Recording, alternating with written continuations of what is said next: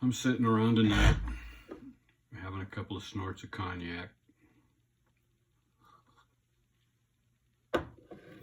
reminiscing, plunking on the guitar.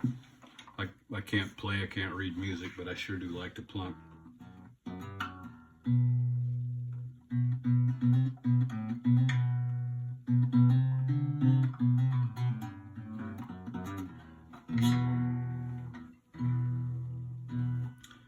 So I figured I'd put a couple of my stories, my big adventure, on video, and one pops into mind. I don't know. There's this guy Keala Keane that has this thing called Genesis, Atlas, Inspirion. I paid a buttload of money. I kind of feel like it's worth it. It's loosened my tongue up a little bit. I'd like to write my story, get it all written down. There's plenty there to be had. I find myself oftentimes when I'm looking at my calendar just going, wow, I thought we had 2 days go by, so we're still in like Wednesday? And I don't know what the fuck day is today. I don't know. I was out with Danny Webster today, chopping down some trees. Made Carla a little nervous after falling out of a tree and crushing my L1 to 60% of its height, recovering from that.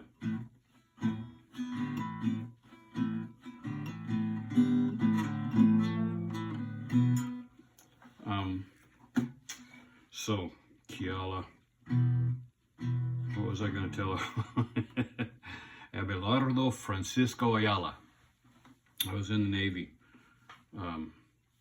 Oh man, that whole Navy, where do you start and where do you end on those stories? I had a motorcycle wreck up in Redwood City, California, near San Francisco. Had gone up to get my bike from a shop up the street from Dad's house. Well, it wasn't his house. He had a business up there called FNR Communications.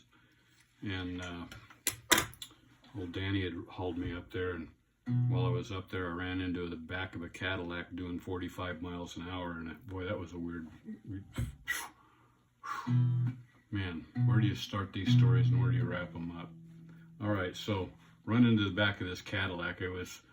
I was told that Bob, that owned the bike shop, was a member of the Hells Angels, and there were guys around with, you know, sporting colors and riding choppers and shit. But I dropped my bike off to get repaired while I was overseas, and when I come back, it wasn't ready yet. Somebody followed me out of his bike shop, a guy on a chopper and a woman in a baby blue Cadillac.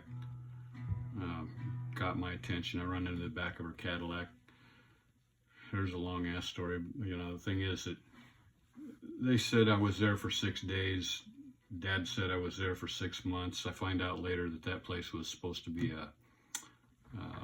one of the places that they did, what did they call that fucking stuff? MK Ultra. Most horrible nightmares I'd ever had in my life.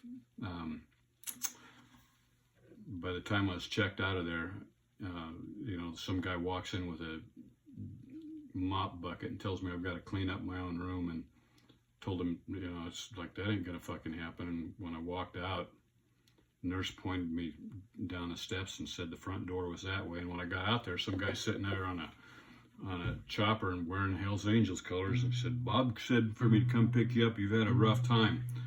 And boy, I don't know how they knew I had a rough time, but I did have a rough time. Anyway, what was I leading into? Oh yeah, I got out of that. Got out of the hospital there, and went to this party. The next thing I know, I'm on duty. Something must have happened between those times. But I don't know, that whole Navy issue, that whole Navy history was scrambled. I mean, it just kept being fucking weird. But I was in Long Beach Naval Shipyards, and I'd been selling pot and had most of the business and slushing money. Slushing is like loan sharking, only not, well, I don't know, not so much as violent. Al comes up and he's kind of snarky because he can't get any selling pot business because, you know, I'm selling a lot of weed and getting a good price, and I was selling crystal meth, and I wasn't cutting myself with, or my stuff with what do you call it, lactose. They were cutting it with lactose back then, and then, you know, selling some of that Disneyland acid and shit like that. Al come up and he said, well, I'll tell you what, I understand you're slushing and you're having a problem getting your money back, and so I'll do collections for you. I'll sell the weed and you sell the crank and the acid. It's Disneyland stuff. Had Mickey Mouse on it with a wand and magic. It was magic dust. Anyway, I don't know. It's kind of stupid. I don't know. It's not stupid. Fuck, that's history. This is all hearsay. All lies. Everything I'm saying, everything I'm saying here is lies, man. So anyway, Al starts doing collections, and he'd break your fucking leg if you didn't pay. Broke a guy's arm once. I don't know what all he did. All I gave a shit about was the money came in. If I loaned somebody money, they'd better be giving me what I asked for back. And well, anyway, that went on for a while. Some guy came to the door one day, and I knew him, so I kind of trusted him, sort of. But turned out that his dad was an FBI agent, and he had gotten himself in trouble. And he had me go up the hallway to where I knew some guy had some acid. I didn't have any left, and I really didn't like selling that stuff so much. But I sold him, you know, introduced him to a guy, and then later in C school is where you get your advanced electronics training for sonar electronics. And so they waited until I missed a duty day. It's like 1 in 27 days you had to be on duty on time, and I forgot it was my duty day. And when I went into captain's mess, they said, yeah, you're not here for missing your duty day. You're here because we had you under investigation, and we're doing trial over your you know, UCMG, Uniform Code of Military Justice, for selling acid. And I didn't sell the acid to the guy. My stuff was pot and meth, and that's what I told the captain. I said, look, I didn't sell that guy acid. I introduced him to somebody else.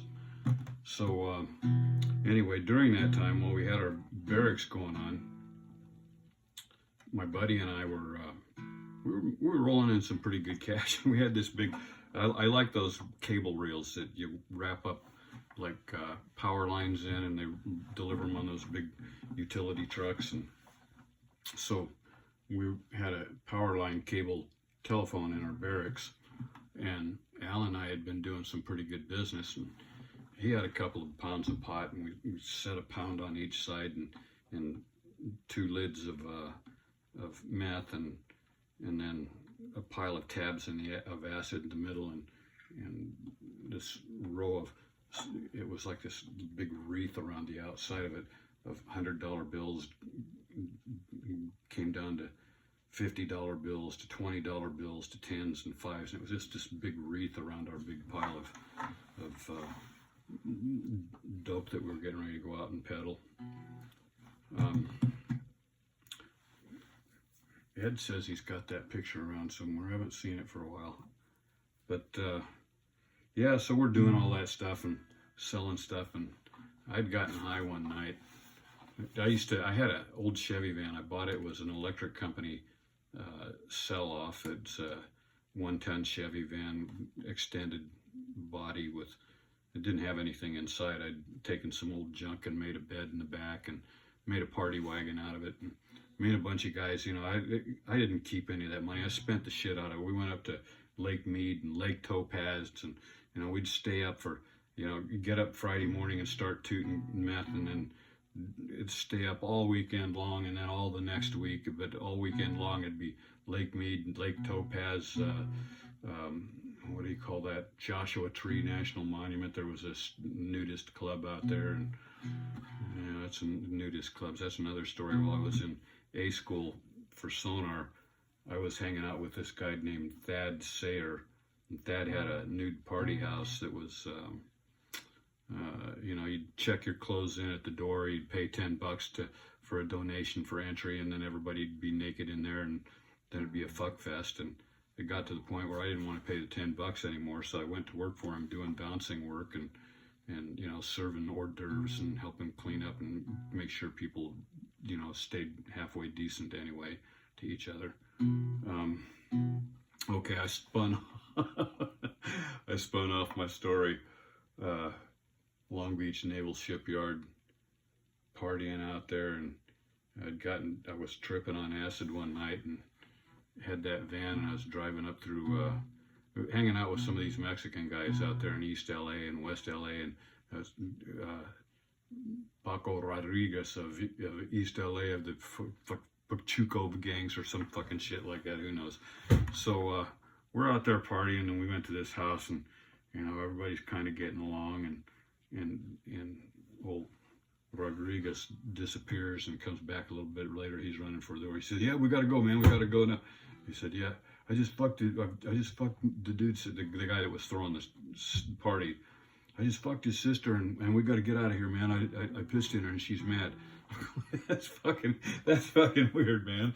So we take off, and they're all running. We got a bunch of guys chasing us out the door, and you know, they couldn't get their cars quick enough before we could disappear around the corner, driving around and tripping, and I'm thinking, man, this van is so big and so cool. I could just drive over the top of one row of cars and across, but they wouldn't like it very much. And I got to thinking, man, that something doesn't seem right about that. Maybe I ought to go home, you know, and head home. And that was one of them things that was coming up on the weekend. And the next thing you know, I'm waking up and it's duty time for Monday morning in the naval shipyards. And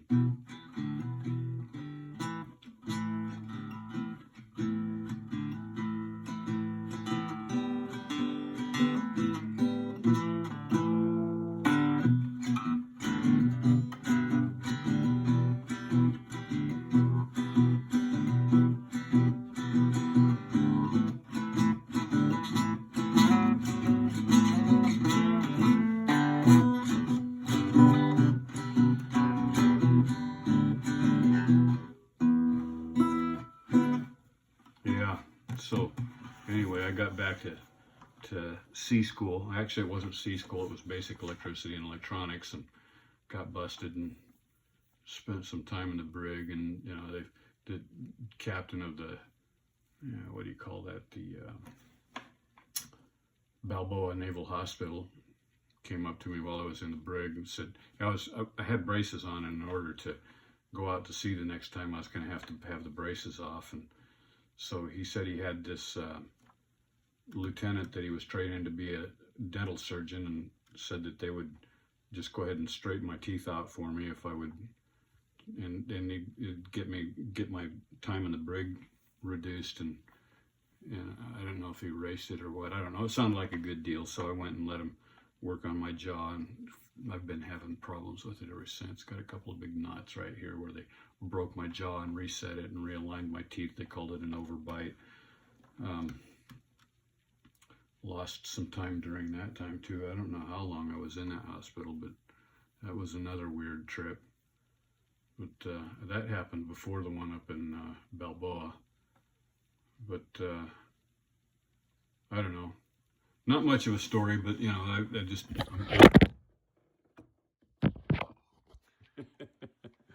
I'm in the mood, having a snort of cognac and feeling like sharing my stories. Old Kiane.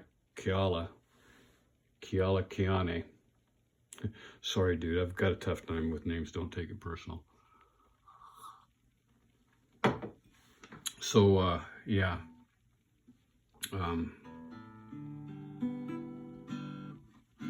I need to get that book written. All right, that was fun.